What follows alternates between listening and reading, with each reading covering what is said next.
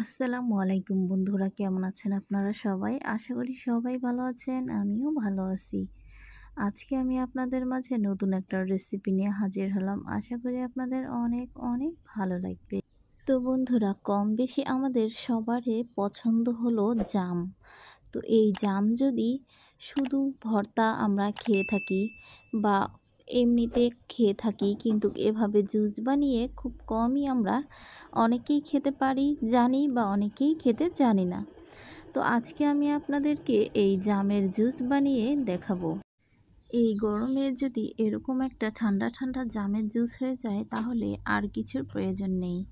তো বন্ধুরা, চলুন শুরু করছি আজকে আমাদের জামের জুস রেসিপি। তো বন্ধুরা, তার জন্য আমি এখানে কিছু জাম নিয়ে নিয়েছি পাকা পাকা ভালো। আপনারা দেখে বাজার থেকে জাম কিনে আনবেন, যেগুলো নরম পাকা একটু বেশি পাকা সেগুলো। তবে সেগুলো কিন্তু জুস বানালে অনেক ভালো হয়। তবে আমি জামগুলো ধুয়ে পরিষ্কার করে নিয়ে নিয়েছি। তারপরে আমি জামগুলোকে এভাবে হাতের সাহায্যে চাকু দিয়ে এভাবে করে কেটে নিচ্ছি, বিচিটা থেকে আলাদা করে নিচ্ছি। তো দেখুন, এভাবে করে আমি বিচিটা আলাদা করে নিয়ে নিচ্ছি সবগুলো থেকে। আলাদা করে নেওয়ার পরে তারপরে এটাকে আমরা জুস করব ব্লেন্ডারে। তো দেখুন, জাম কিন্তু আমাদের শরীরের জন্য অনেক উপকার একটা জিনিস। এই জাম খেলে জাম আমাদের শরীরের অনেক উপকার করে। তো বন্ধুরা, এখন আমার জামগুলো বিচি ছাড়িয়ে নেওয়া হয়ে গেছে দেখুন। তো এখন আমি এই জামগুলো এখন একটা ব্লেন্ডারের জারে দিয়ে এটাকে ব্লেন্ড করে নিব। তো আমি একটা পরিষ্কার জার নিয়ে নিয়েছি, নিয়ে এখন সব জামগুলো দিয়ে দিচ্ছি ব্লেন্ডার জারে। দিয়ে এখন আমি এটাকে ব্লেন্ড করে নিব। তো এখানে আপনি যতটুকু পরিমাণের বানাবেন ঠিক ততটুকু পরিমাণের আইডিয়া অনুযায়ী নিয়ে নেবেন। তবে আমি এই জামের অনুযায়ী আমি এখানে দিয়ে দিচ্ছি 1 মগ। আমি 1 মগ জুস বানাবো। তার জন্য আমি এখানে দিয়ে দিলাম একটি কাঁচা মরিচ। ঝাল আপনাদের ইচ্ছা অনুযায়ী, তবে বিট লবণ দিলে আরও একটু ঝাল হয়ে যাবে। তো এরপরে আমি দিয়ে দিচ্ছি এখানে একটু পরিমাণ মতো লবণ। তারপরে দিয়ে দিব এখানে আমি 1 টেবিল চামচ পরিমাণ চিনি। মিষ্টিটা আপনাদের ইচ্ছা অনুযায়ী দিয়ে নিতে পারেন, 1 থেকে বা 2 টেবিল চামচ পরিমাণ। তবে আমি 1 টেবিল চামচ পরিমাণ এখানে চিনি দিয়ে নিলাম।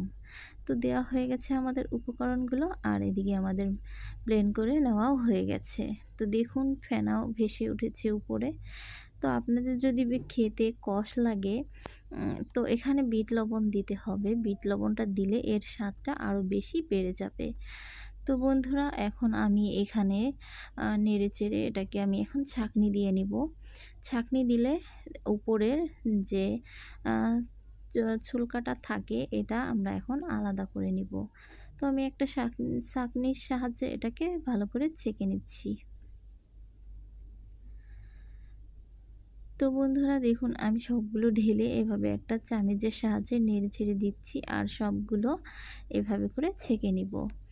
তো বন্ধুরা, আশা করি আজকের আমার এই জামের জুস রেসিপি আপনাদের কাছে অনেক ভালো লাগবে। ভালো লাগলে অবশ্যই লাইক কমেন্ট শেয়ার করবেন, আর আমার চ্যানেলটা অবশ্যই সাবস্ক্রাইব করবেন।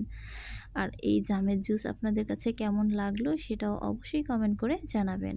তো দেখুন, আমাদের সবগুলো ছেঁকে নেওয়া হয়ে গেছে, আর এই ছাঁকনির উপরে দেখুন কতগুলো এই জামের খোসা বের হয়েছে।